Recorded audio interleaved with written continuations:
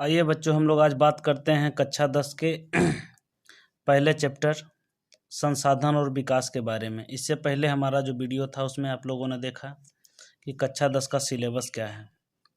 कक्षा 10 में हम लोगों ने इसका जो पाठ्यक्रम था सभी अध्याय के बारे में बताया। तो पहले चैप्टर में हम लोग देखेंगे संसाधन के बारे में, संसाधन का परिभाषा। संसाधन क्या है? तो संसाधन वैसी सारी वस्तुएं जिनका उपयोग कर हम अपने जीवन को आसान बनाएं। और एक चीज़ देखेंगे इसमें कि इनका हम जब उपयोग करते हैं और इससे जब आसान बनता है जीवन, तो उसे हम क्या कहते हैं? संसाधन कहते हैं। दूसरे शब्दों में हम कह सकते हैं पर्यावरण में उपलब्ध प्रत्येक वस्तु जो हमारी आवश्यकताओं को पूरा करे।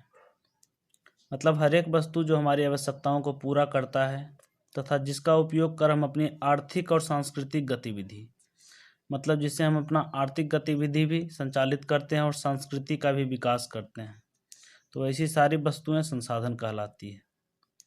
एक भूवैज्ञानिक है जिम्मरमैन, इसके अनुसार संसाधन हुआ नहीं करते हैं बल्कि बनाए जाते हैं। मानव संसाधनों का निर्माण करता है। ये संसाधन पहले बिना उपयोग के थे, लेकिन उसका हम लोग बाद में उपयोग करते हैं तो ये संसाधन बढ़ते हैं। जैसे कोयला पहले काला पत्थर था, लेकिन इसका उपयोग हम लोग ईंधन के रूप में, ताप विद्युत के रूप में किए तो कोयला हमारे लिए एक संसाधन बना। आगे देखते हैं संसाधन मानवीय क्रियाओं का फल है। संसाधन जो है मनुष्य का जो क्रियाकलाप है उसी के कारण उत्पन्न होता है, अतः मानव संसाधन का निर्माता है। हम कह सकते हैं कि संसाधन का जो निर्माण करता है वो मनुष्य ही करता है। अतः मानवीय संसाधन, ह्यूमन रिसोर्स भी महत्वपूर्ण है, क्योंकि मनुष्य भी क्या करता है? ऑफिस में कर्मचारी के रूप में, शिक्षक के रूप में, चिकित्सक के रूप में संसाधनों का निर्माण करता है, संसाधनों का उपयोग करता है। आगे देखते हैं संसाधनों का वर्गीकरण, क्लासिफिकेशन ऑफ रिसोर्सेस।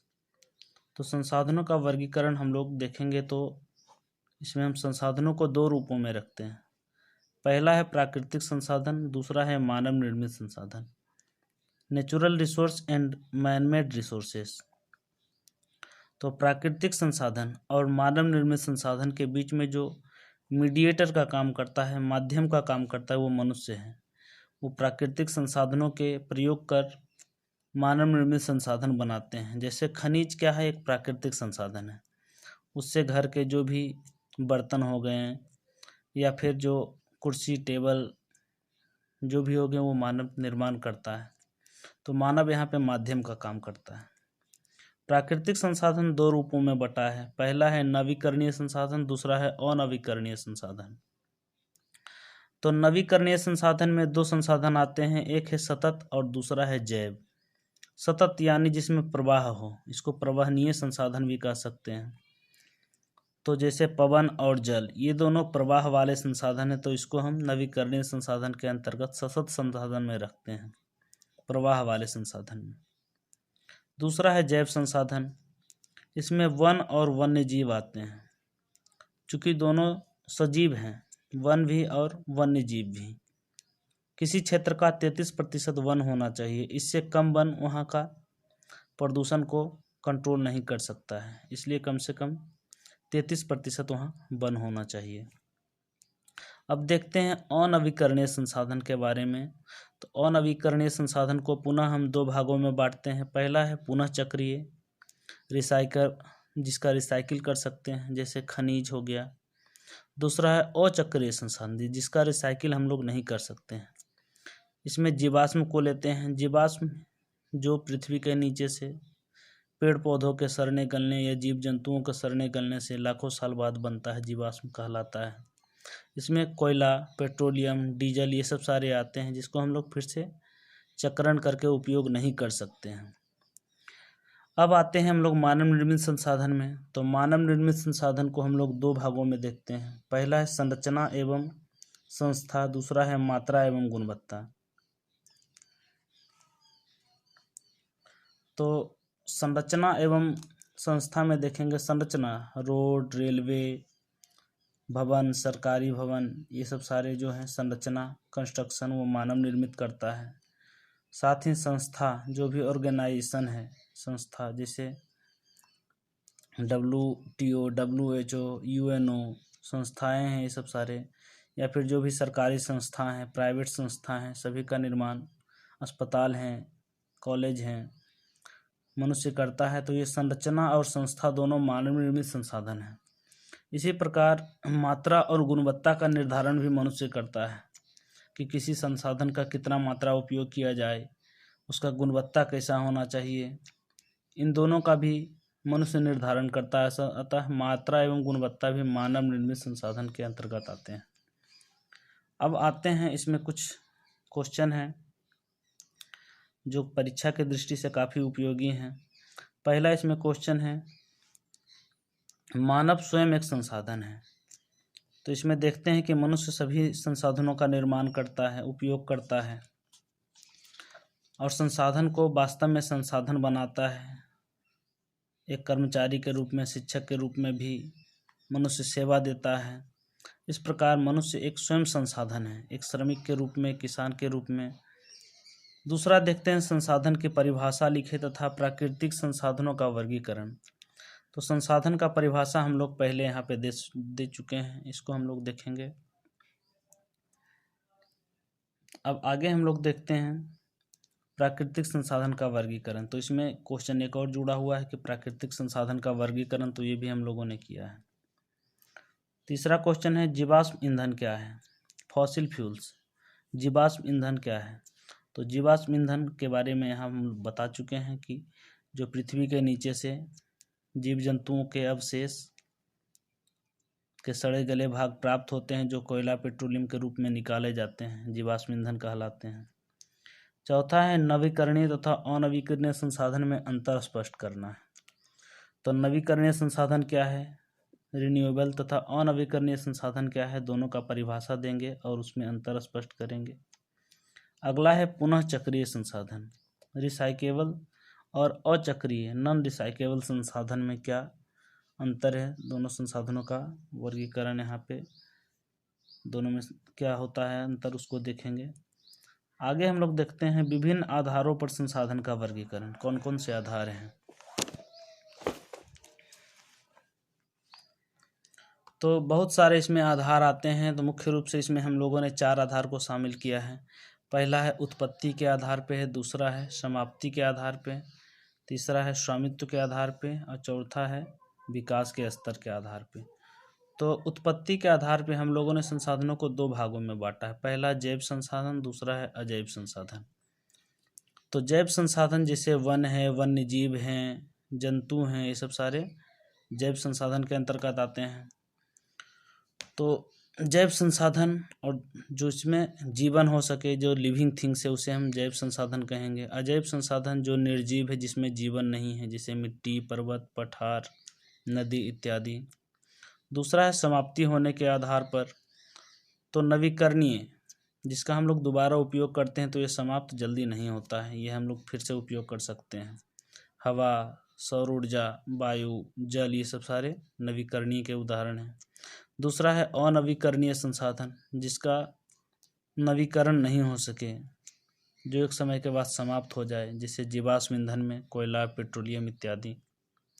तीसरा है स्वामित्व के आधार पे। तो स्वामित्व के आधार पे हम लोग संसाधनों को 4 भागों में बांटते हैं। पहला है व्यक्तिगत संसाधन, पर्सनल, किसी का, जैसे मकान, खेत, परिवार के सदस्य इत्यादि। किसी का जो वाहन है, पर्सनल वाहन है, वो उसका व्यक्तिगत संसाधन है। दूसरा है सामुदायिक संसाधन, अस्पताल, विद्यालय, रेलवे, रोडवे, ये सब सारे संसाधन जो हैं सामुदायिक है, समुदाय के सभी लोग इसका इस्तेमाल करते हैं, तो ये अस्पताल, विद्यालय वगैरह सामुदायिक संसाधन में आएंगे। तीसरा है राष्ट्रीय, जिस पे राष्ट्र का स्वामित्व है, जिस पे किसी राष्ट्रीय संस्था का अधिकार है, नियंत्रण है। जैसे कि समुद्र तट से जो 12 नॉटिकल मील दूर है, जो भी वहाँ का संसाधन है, समुद्री संसाधन, वो किसी राष्ट्र का अधिकार होता है वहाँ पे। या फिर राष्ट्र के जो भी रेलवे, रोडवे या फिर बंदरगाह वगैरह हैं वो राष्ट्रीय संसाधन के अंतर्गत आएंगे। राष्ट्र में जो भी खनिज है पड़े हुए हैं, जो भी भूमि है यहाँ के जो लोग हैं वो सभी राष्ट्रीय संसाधन के रूप में आएंगे। चौथा है अंतर्राष्ट्रीय संसाधन। तो अंतर्राष्ट्रीय संसाधन जो भी अंतर्राष्ट्रीय संस्था के नियंत्रण में हो। यहाँ अंतर्राष्ट्रीय संस्था एक है UNO, जो समूचे विश्व पे लगभग इसके 193 मेंबर हैं, सदस्य देश हैं। सभी पे इसका नियंत्रण होता है, सभी के संसाधनों पर इसका नियंत्रण होता है। खास करके समुद्र तल से जो 200 किलोमीटर दूर जो संसाधन है, तो इसमें और छोटे छोटे संस्था हैं, WTO, WHO, world trade organisation, world health organisation, red cross वगैरह। ये सब सारे अंतर्राष्ट्रीय संस्थानों पे अपना नियंत्रण रखते हैं। चौथा है विकास के स्तर के आधार पे। तो विकास के स्तर के आधार पे हम लोगों ने संसाधनों को 4 भागों में बांटा है। ए में है संभावित संसाधन, जैसे हाइड्रोजन एनर्जी हम लोगों के लिए संभावना है कि इसका उपयोग हम लोग अगले विकास के चरण में करेंगे, ऊर्जा के रूप में उपयोग करेंगे, तो ये हमारे लिए संभावना है, तो ये हमारे लिए संभावित संसाधन है। कोयला जब तक उपयोग में नहीं था तब तक ये हमारे लिए संभावित संसाधन था। दूसरा है विकसित संसाधन, मतलब जो हमारे लिए अभी विकास का कार्य जिससे हो रहा है और वो हमारे लिए संसाधन विकसित रूप में उपलब्ध है, जैसे कोयला, सौर ऊर्जा। कोयला से हम लोग ताप ईंधन बनाते हैं, विद्युत उत्पादन करते हैं अभी वर्तमान में, तो ये हमारे लिए एक विकसित संसाधन है। तीसरा है भंडारित, किसी क्षेत्र का जो भंडार है जिसका उपयोग कुछ मात्रा में हो रहा है, वहाँ के लिए भंडारित संसाधन है। इससे दूसरे देशों को ज़्यादा ये एक्सपोर्ट नहीं किया जाता है, निर्यात नहीं किया जाता है। चौथा है संचित कोष, किसी क्षेत्र में या तकनीक के वजह से या धन की कमी से वहाँ का जो संसाधन है वो पड़ा हुआ है, संचित कोष वहाँ का है, तो वहाँ के लिए वो संचित संसाधन है किसी राष्ट्र के लिए। अगला यहाँ पे टर्म है संसाधनों का नियोजन। चूँकि संसाधन धीरे धीरे समाप्त हो रहे हैं, खास करके अनवीकरणीय संसाधन, तो उसके नियोजन के बारे में चर्चा आया 20वीं शताब्दी में जाके। पहले तो बहुत तेज़ी से ह्रास हुआ संसाधनों का, तो इसमें एक संसाधन का जो नियोजन हुआ वो रियो डी जेनेरियो शहर, जो ब्राज़ील का एक शहर है, रियो डी जेनेरियो। वहाँ 1992 ईस्वी में एक सम्मेलन हुआ जिसमें सतत विकास का लक्ष्य रखा गया, सतत विकास, सस्टेनेबल डेवलपमेंट।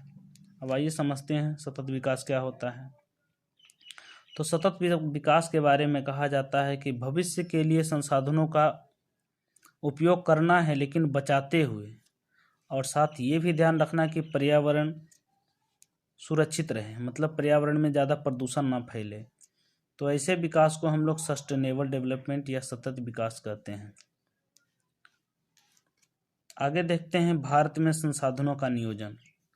तो भारत में कई सारे सम्मेलन होते हैं। भारत में जो संसाधन विकास के मंत्रालय हैं वो यहाँ पे बहुत सारे ऐसे काम करते हैं जिससे संसाधनों का नियोजन हो। 1853 ईस्वी में जब रेलवे यहाँ पे आई तो वहाँ पे बहुत सारे स्लीपर्स जो लकड़ी के बनाए जाते थे, प्लेटफॉर्म वगैरह, पटरी वगैरह, तो उसके लिए बहुत सारे वन काटे गए, बहुत सारे वन का ह्रास हुआ। तो उसके लिए भारत में भी संसाधनों का नियोजन यहाँ पे होने लगा। सभी देश अपने अपने संसाधन बचाने में लगे हुए हैं। आगे देखते हैं संसाधनों का ह्रास या कमी। तो इसका कारण क्या है, इस ह्रास को हम लोग पूरा कैसे करेंगे। तो पूरा करने के लिए हम संसाधनों का संरक्षण करेंगे, कंजर्वेशन ऑफ रिसोर्सेज। तो ये दोनों कर लेना है। यहाँ पे संसाधनों का जो ह्रास हो रहा है वो कैसे हुआ और उसको हम संरक्षित अब कैसे करेंगे, भविष्य के लिए कैसे बचा के रखेंगे सतत विकास का उपयोग करते हुए। तो आज का इतना ही, धन्यवाद।